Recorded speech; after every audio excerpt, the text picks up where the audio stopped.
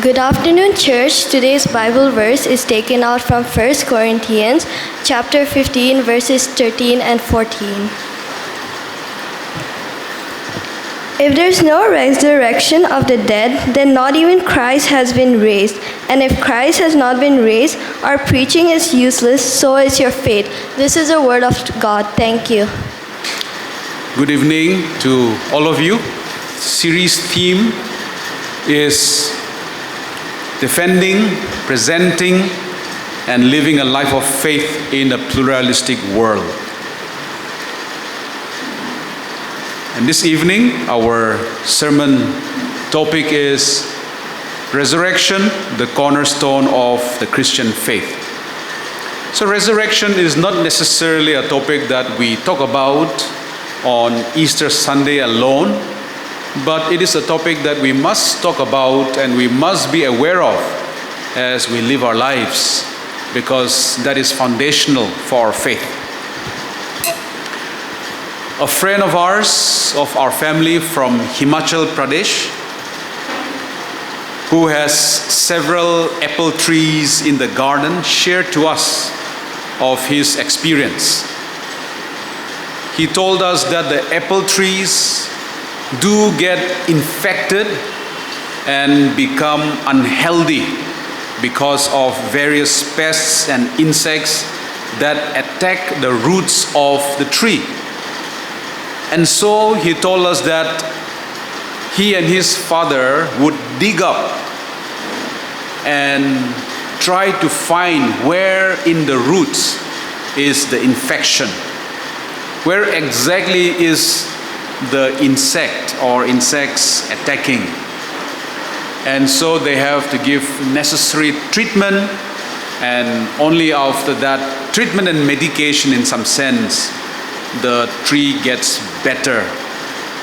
An apple tree has got its challenges, and as a farmer of the apple tree, he knows exactly where to treat the sickness and allow the tree to bear its fruit again. Now, Christ's resurrection is crucial for us because it is foundational. It is the root of the Christian faith. And therefore, we look at this theme again this evening, resurrection, the cornerstone of the Christian faith. Somebody said that Christianity is a religion of the open tomb, if we call Christianity a religion in that sense. Today we will be asking 4 questions, and we will try to answer these 4 questions as we move along. The first question is, what does the world talk about resurrection? Second, how have these accusations or these words from the world been responded? The third question, why is the resurrection of Jesus Christ so crucial? Fourth, how is the resurrection of Jesus Christ important to you and to me as an individual and as a church? Let us listen to some of the arguments made by some atheists. First, let's hear what Richard Dawkins, the atheist, in his book, The God Delusion, talks about. He says that in the 19th century, people can hold on to the Christian claims, like the virgin birth and the resurrection, and they do not need to feel embarrassed. But he says that today in the 21st century, although Christians still hold on to the miraculous stories of the virgin birth of Christ and the resurrection, they feel uncomfortable. They do feel embarrassed, that's what he says, because their rational mind know that these claims are absurd. Richard Dawkins says that he is shocked to see 3 British scientists who have won the Templeton Prize still believing in these miraculous claims of the resurrection. He questions, how can people with this kind of enlightened mind and rational thinking be so irrational to believe the miraculous and unscientific claims of the resurrection? Now, his position is that those who believe in the resurrection of Christ are people with mental sickness or mental disorder. So that is his claim. He says that resurrection story, along with other Christian claims, are in fact borrowed from the society or from the culture of the Mediterranean region and the Near East region. So he says that resurrection has no evidence that meets the standard of empirical verification. In other words, resurrection cannot be verified by looking at it with evidence, and therefore it is not a scientific religion. It cannot pass the test. Then the second atheist, in his book Breaking the Spell by the atheist Daniel Dennett, what is his argument? He says that resurrection is not a historical fact or event. He says that resurrection is just a cultural and a psychological construct made by man because they needed it for themselves. That resurrection story is made up by human beings by their cognitive process or by their own creative, fertile imagination. It is a religious mythology. Again, he says that there is no scientific and empirical standpoint. You cannot prove with evidence that Jesus Christ really resurrected. The third atheist is Sam Harris in his book, The End of Faith. And what is his argument? He is skeptical of the resurrection of Christ. He again says resurrection lacks empirical evidence. You cannot go and verify. And therefore, resurrection is not supported by scientific methods. It is a religion based on religious dogma accepted by faith and not based on evidence. And that resurrection is a story, it is a product or it is a result of indoctrination and cultural conditioning. In other words, you keep telling about this story again and again and again to people, to children, and they grow up listening to this story and somehow they believe it, that it is true. Instead of rational, logical examination, it is indoctrinated, and therefore it is not a scientific religion, or it cannot stand the test of evidence. There is no evidence. The fourth atheist, Christopher Hitchens, in his book, God is Not Great. What does he say? Again, he says, resurrection lacks historical evidence and authenticity. He says that it is a baseless mythological story. And it is harmful because resurrection story, since it is mythological and you allow it to grow, allow it to live on in your mind, and it brings dangerous ideologies, he says. And resurrection, he says, is a product of wishful thinking, wishful theological construct. You are theologically trying to construct something which is not there. And resurrection is not based on objective truth and reality. So he attacks resurrection from that front. And he says resurrection is not valid. He knows that resurrection is the foundation of Christian faith.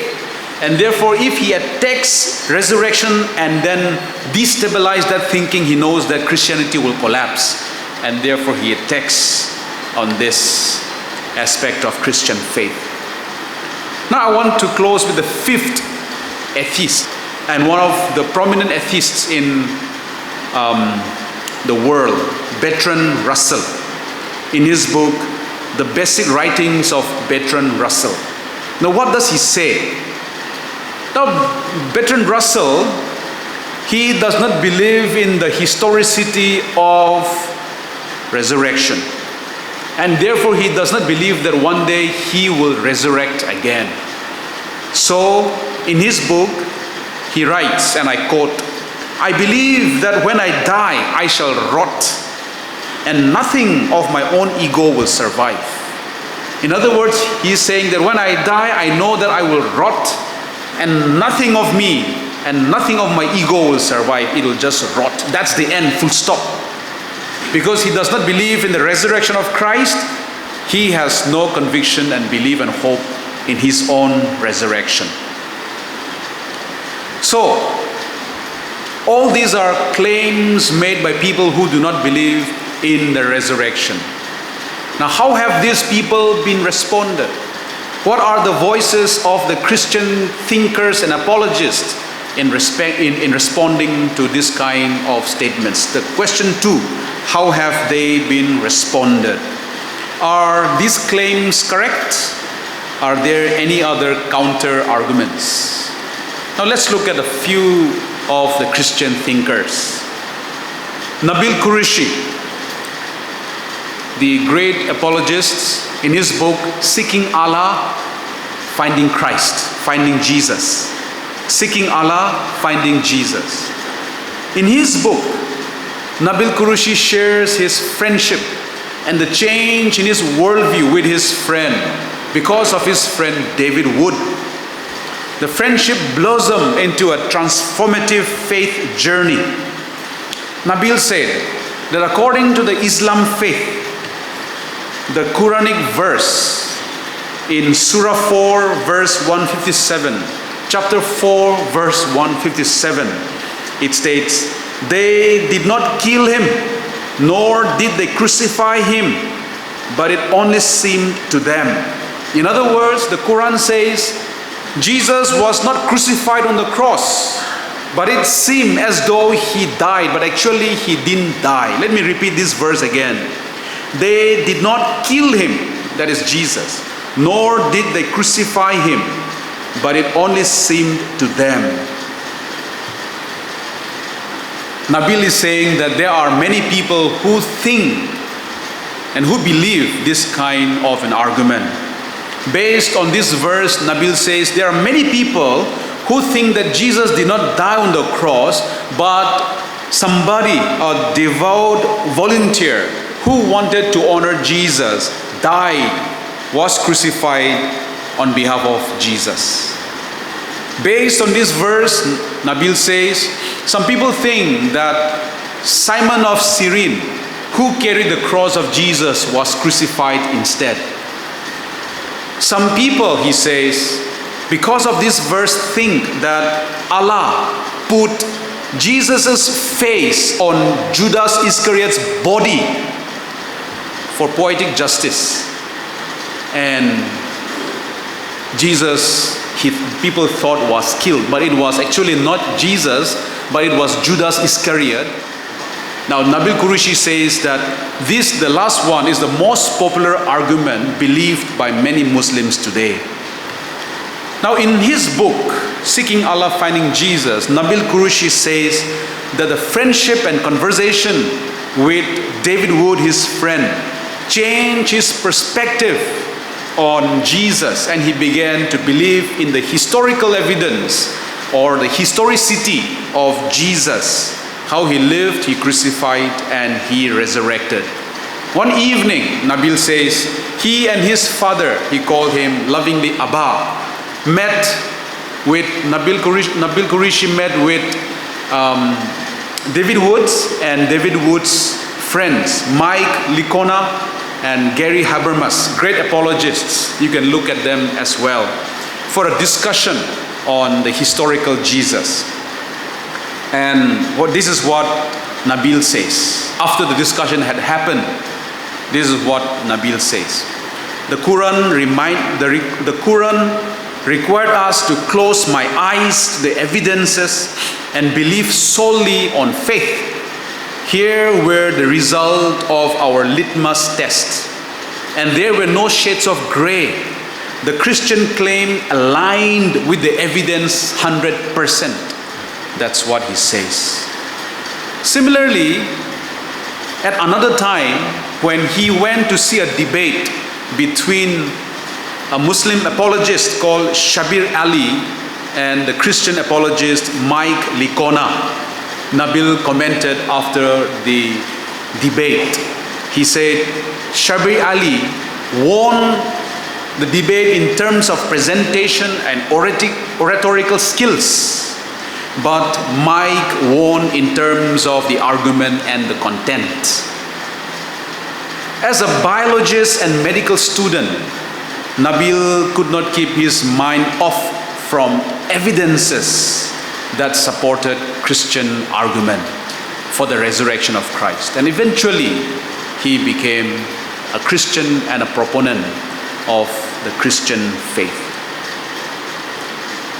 There is another apologist called Josh McDowell, and his book, Evidence That Demands a Verdict, is a bestseller.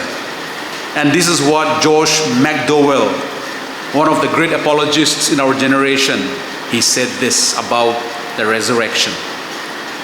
He writes, let me quote, after more than 700 hours of studying this subject, that is resurrection, and thoroughly investigating its foundation, I have come to the conclusion that the resurrection of Jesus Christ is one of the most wicked, vicious, heartless hoaxes ever foisted upon the minds of man, or it is the most fantastic fact of history. And he goes on to say, the resurrection of Jesus Christ and Christianity stand or fall together. Let me quote again. He says, a student at the University of Uruguay once said to me, Professor McDowell, why can't you refute Christianity? I answered, he said, for a very simple reason. I am not able to explain away an event in history, the resurrection of Jesus. Now, based on what he has argued in his book, he says this: the historicity of the resurrection story in his and through his investigation leads to the following conclusions. First, the resurrection was a central and early testimony of the Christian preaching.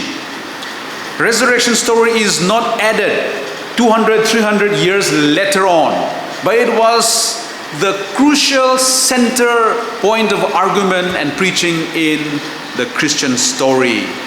1 Corinthians 15 talks about it, and it says that there was no hiding. Right from the beginning, resurrection story was preached. Second, the empty tomb is a watertight argument in favor of the Christian faith. Nobody can discredit the empty tomb. Third, he says, Jesus' multiple post-resurrection appearance to the believers and disciples is a proof that he really exists. I'll explain this a little bit more as we move on. Fourth, he says, the dramatic transformation of the believer's behavior from being a coward to be a hero presenting the gospel without any fear is a testament of the truth of the resurrection. Fifth, the growth of the church and the spread of Christianity despite persecution, despite being thrown into the lion's mouth and being burned at the stakes, and yet the confidence and the spread of Christianity in the early centuries is a testament of the authenticity of the resurrection. Sixth, he says the prophecies of Jesus that he will die one day, and the Old Testament prophecies of how Jesus will die corroborates, and therefore it is authentic.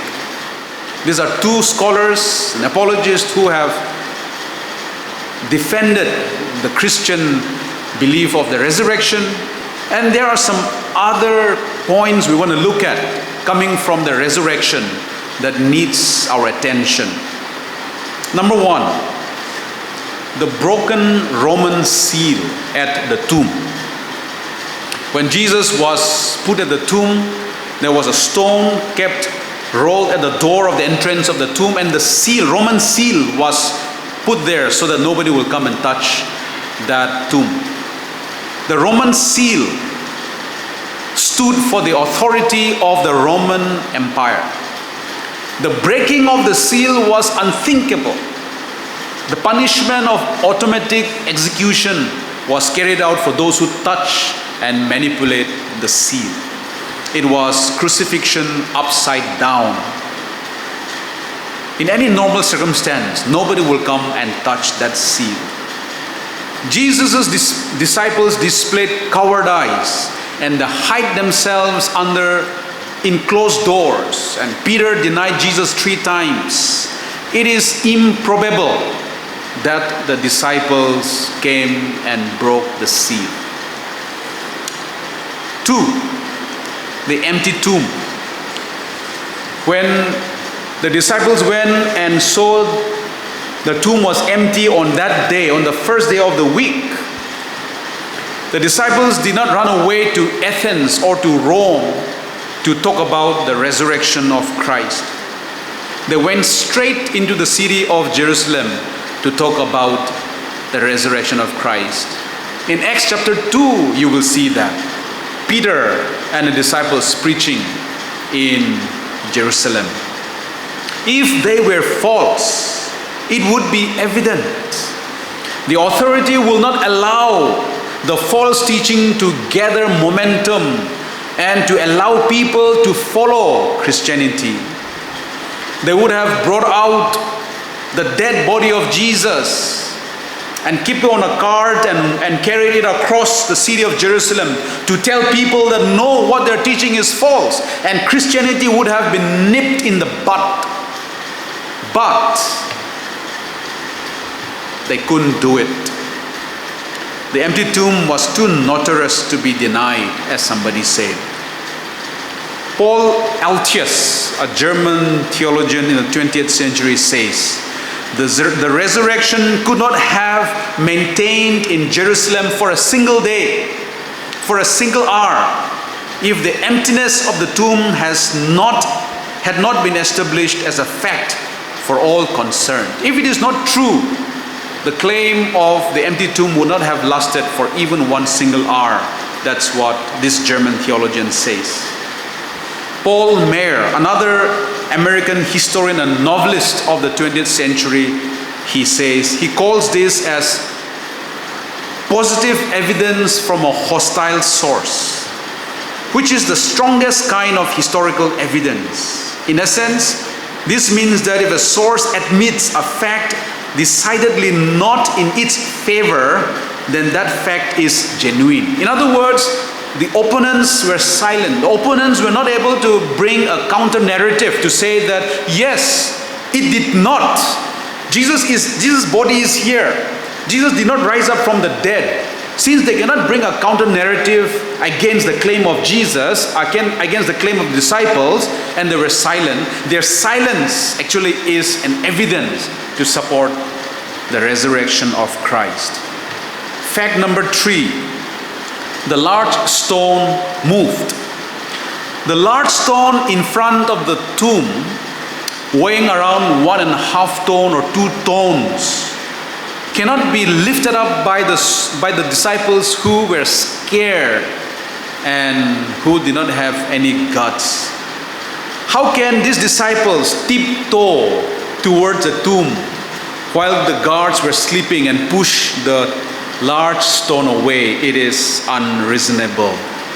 Would the guards not be aware of it? Fact number 4, the Roman guards were absconding. They were absent without leave.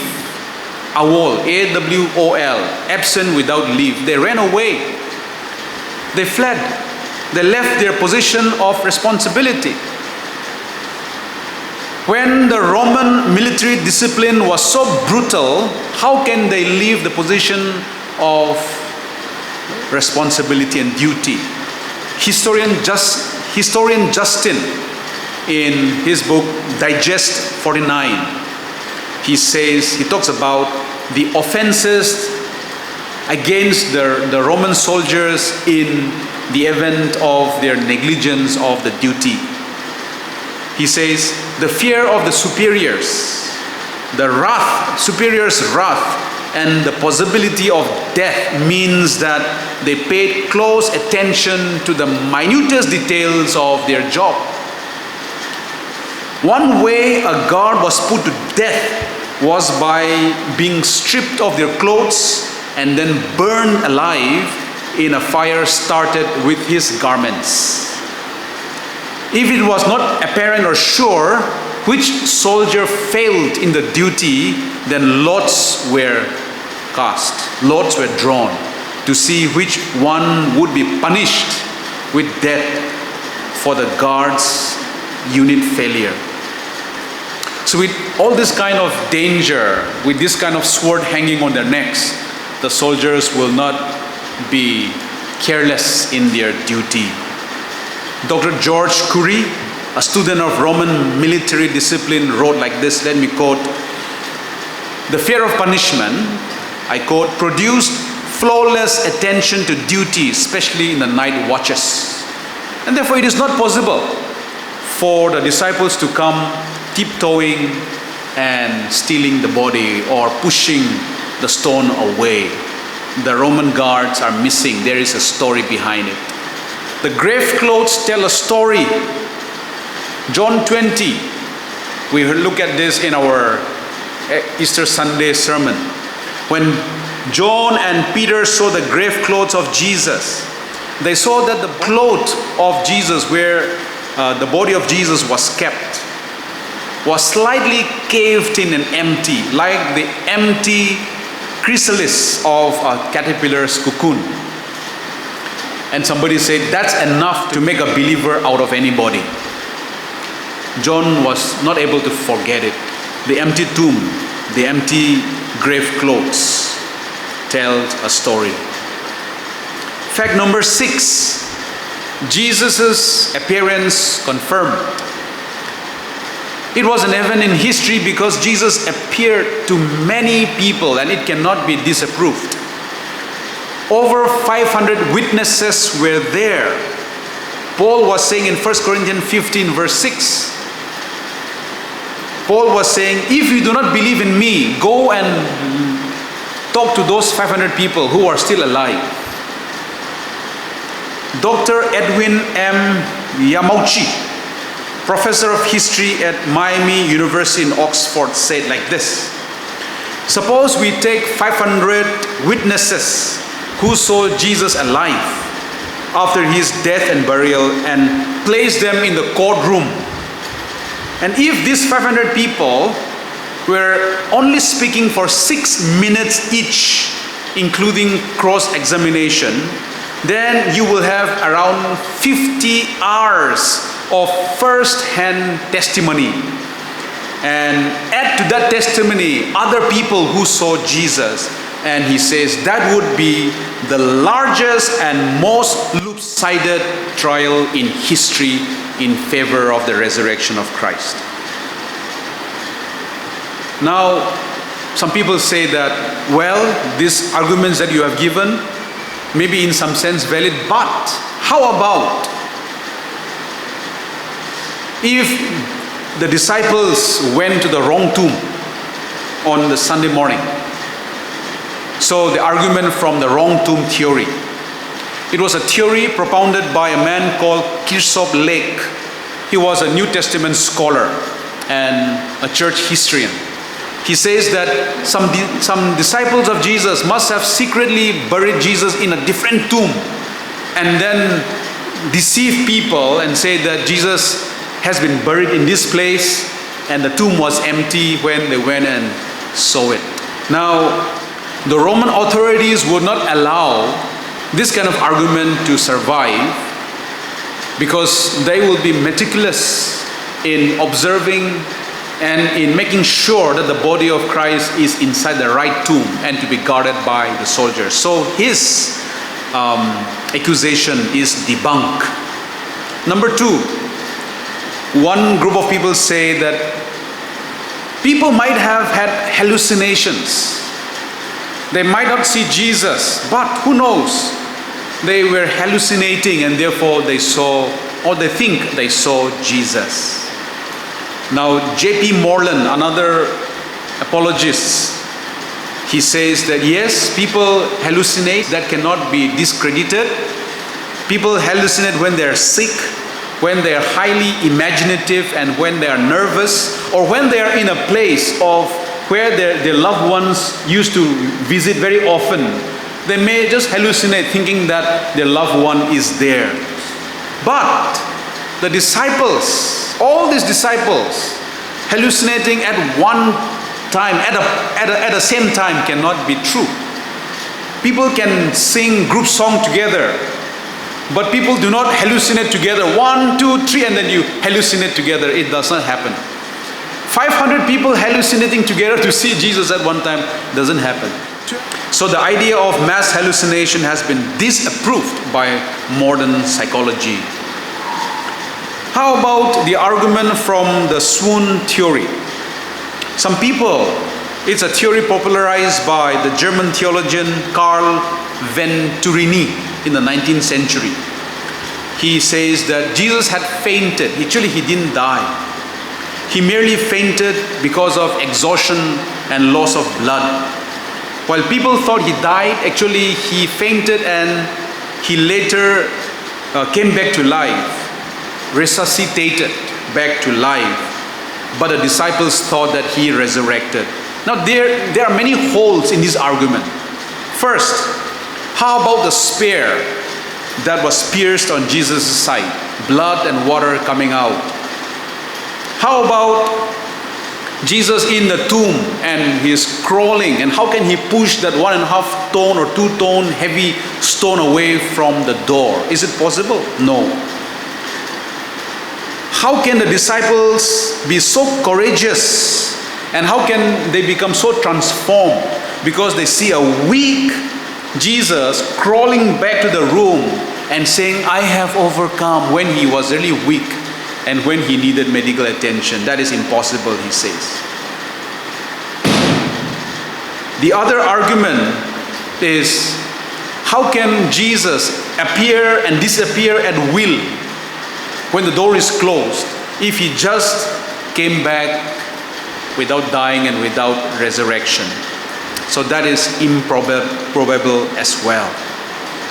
Argument number 4, they say that maybe the body was stolen body theory. Again, we discussed before, the stolen body theory does not hold water, because the disciples cannot come and steal the body when the army, the soldiers were guarding the tomb. Now let's move to the third question. The first is the voice of the world against resurrection. And the second is, how have these voices been responded? And so several theories were made, and Christian apologists have debunked or have given rebuttals, replied to all this kind of accusations and theories. Now the third one is, why is the resurrection of Jesus so crucial for our faith? Now we come back to 1 Corinthians 15, verses 13 and 14. If the resurrection story of Jesus or resurrection account of Jesus is not true, then Christianity would have been founded on a lie. Let me read these 2 verses. If there is no resurrection of the dead, then not even Christ has been raised. And if Christ has not been raised, our preaching is useless, and so is your faith. If Christ did not raise from the dead, then Paul's preaching was wrong, the disciples' preachings were wrong, your faith and my faith also is based on a lie, and there is no hope for you and for me. And therefore, resurrection is so crucial for us, and it is important for us to establish this truth. Now, Christian theologian R.C. Sproul, I recommend that if you have time, listen to him. He's a great thinker. He helps us in our mind and makes us listen and understand many of complex theologies and simplifies them. His name is R.C. Sproul. He says, let me quote, "The claim of resurrection is vital to Christianity. If Christ has been raised from the dead by God, then he has the credentials and certification that no other religious leader possesses. Buddha is dead, Muhammad is dead, Moses is dead, Confucius is dead, but according to Christianity, Christ is alive." John Stott, another Christian pastor and theologian, he says this, let me quote, "Christianity in its very essence is a resurrection religion. The concept of resurrection lies at its heart. If you remove it, Christianity is destroyed." The fourth question: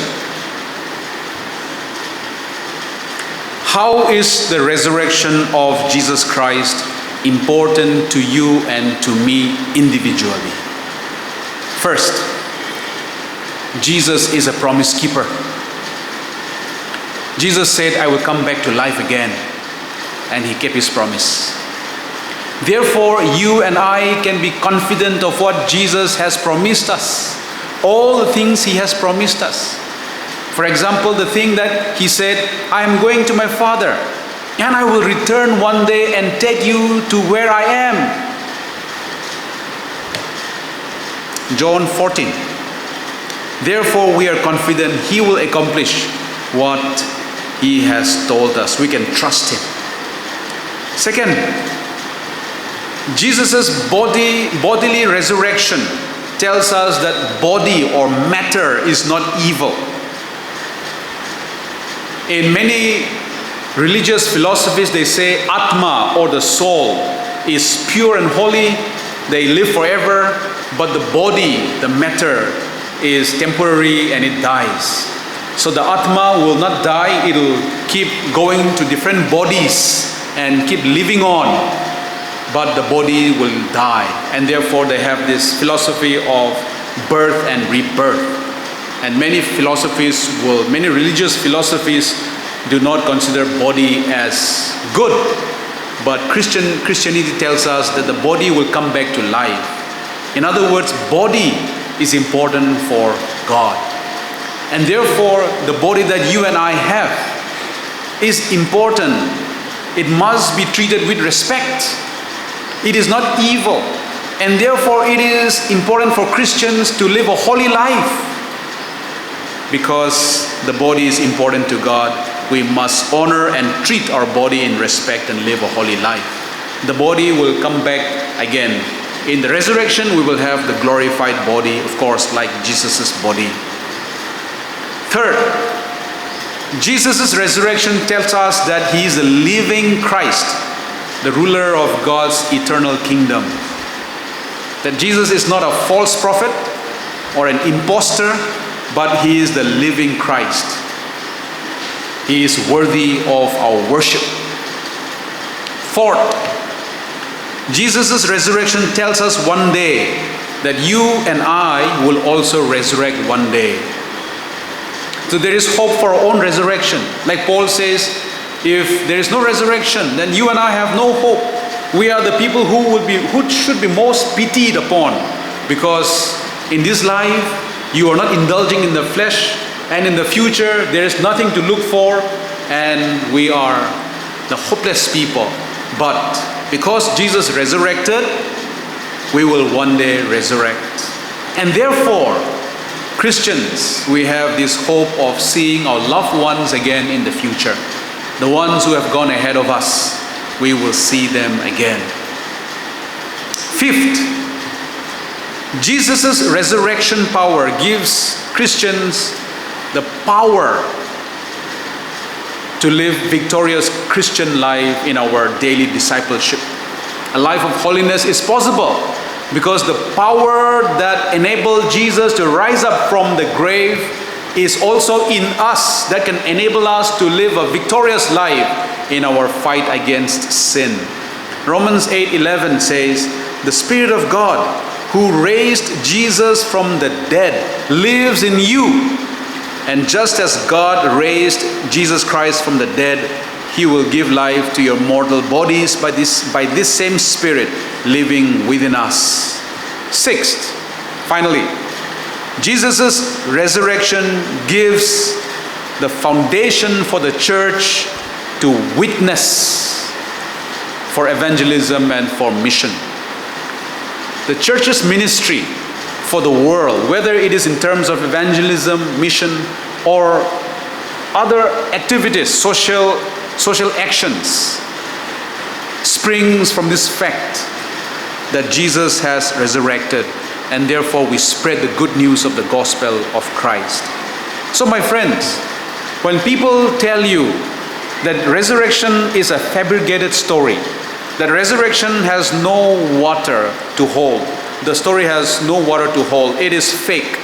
When people tell you that resurrection has no scientific basis, it cannot be proven by scientific standard, there is no historicity in this, let us not be moved in our conviction. Let us believe in what Jesus has said, that He is alive. And as the songwriter says, He lives, He lives. Christ Jesus lives today. He walks with me and talks with me along life's narrow way. He lives, salvation to impart. You ask me how I know He lives. He lives within my heart. Amen.